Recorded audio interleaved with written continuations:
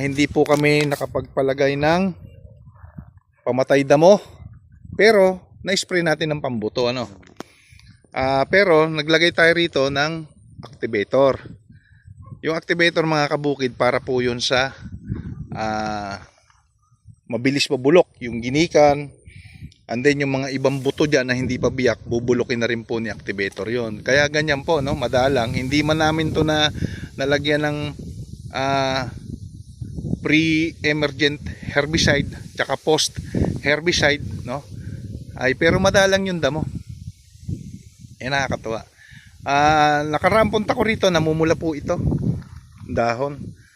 So pina-spray ko po kay Boss Jeff ng pungguran yung pina-spray ko dyan. Kaya gumanda na uli. Wow!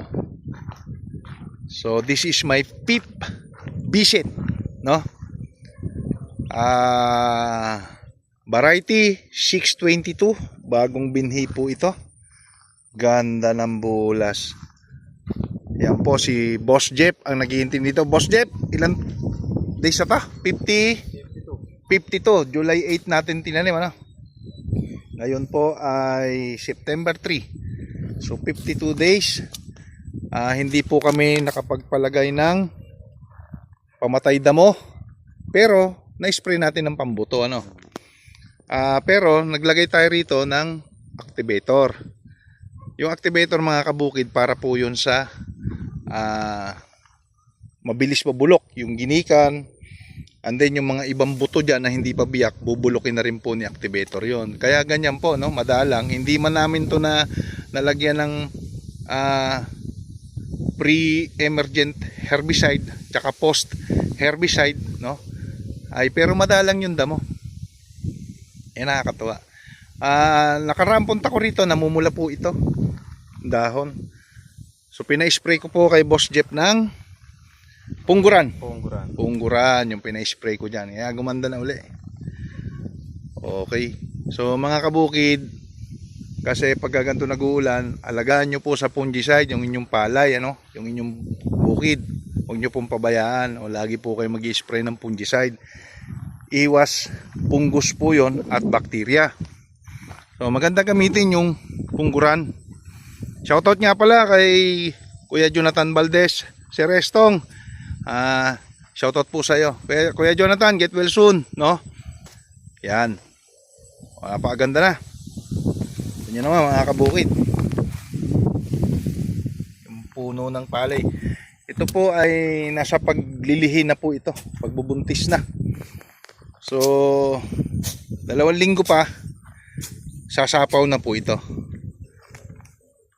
At nagpa-spray na po tayo rito ng 90 para po sa stem borer. Kasi at the age of 15 days, no, mula transplant, nagpa-spray na po tayo ng 90 para sa stem borer at leaf folder. No, every 15 days nagpa-spray po tayo noon. Twice application po yung pinagawa natin dito sa 90. Ng FMC naman. And then nagpa-spray din po tayo dito ng chick. Sinasabi ko po yung mga pinalagay po natin dito, mga kabukid. At syempre yung ating plant mate nga pala. Ayan, yung ginamit namin paupo. At tanungin natin si Boss Jeff. Boss Jeff, ilan pong bulto ang nagamit natin dito? 4 na hektarya, 20 bag. 20 bag sa 4 na hektarya, ano? Oh, sa iyong experience, kung hindi mo pa hinahawakan tong bukid na to, sa gantong season, nakakailang ka talaga sa 1 hektarya? Sa pataba? Oo. 8 sa 1 hektarya. hektarya. Ngayon, ang nilagay natin dito, 4 lang sa 1 hektarya. So dahil nakatulong po yung ating plant mate, mga kabukid, so nagpalagay po tayo ng plant mate. Doon lang din nakilala ni Boss Jeff yung plant mate, ano boss? Yung pala ako nakagamit. Ngayon pala nakagamit, pero ang ganda po ng bulas, hindi po tayo nagbasal. Yun na po yung ginamit natin. Yun na po yung basal application natin, yung plant mate, ano. So ayan, ang resulta, maganda pa rin. So may ilan-ilan television. Hindi na po delikado yan. Pag masipag-sipag si Boss Jeff, binubunot niya na isa-isa yan. Napupulot na yan. Nabubunot na. Okay. At ngayon, magpapa-spray naman tayo ng fungicide pa rin, pero mahi ka na. At insecticide na Bio Optimax. Ayan. At syempre, nagdala na rin ako mga kabukid ng pang second application natin dito ng Miracle Foliar na i-spray natin pagka may sumasapaw na. Mga 30% sapaw. So matagal-tagal pa yun. Matagal-tagal. Pero nagdala na ako at baka alam mo naman yung schedule ko eh. Ayan mga kabukid, yung minomonitor natin bukid dito kina Sir Jake at Ma'am Tess San Diego. So yun lang po, tutok lang po kayo dito sa ating minomonitor hanggang harvest po ito. Hindi po natin lulubayan ito, no? This is my fifth visit, pang-5 na ito nakatindig na. Ang ganda ng estado ng ating palay. Wow. Oh.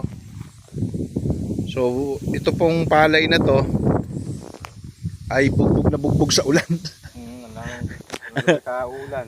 Walang lumay ka ulan na Boss Jeff. Ayan naman. No? Bugbog na bugbog. At hindi rin po natin nilubayan ang ating fungicide ito. So, yun lang po ang update ko sa inyo mga kabukid, at ilalagay po natin dito lahat ng ginamit nating produkto para pwede nyo rin pong orderin sa amin, no, kung gusto nyo po. Ayan mga kabukid, maraming salamat po. Happy farming sa inyong lahat at God bless.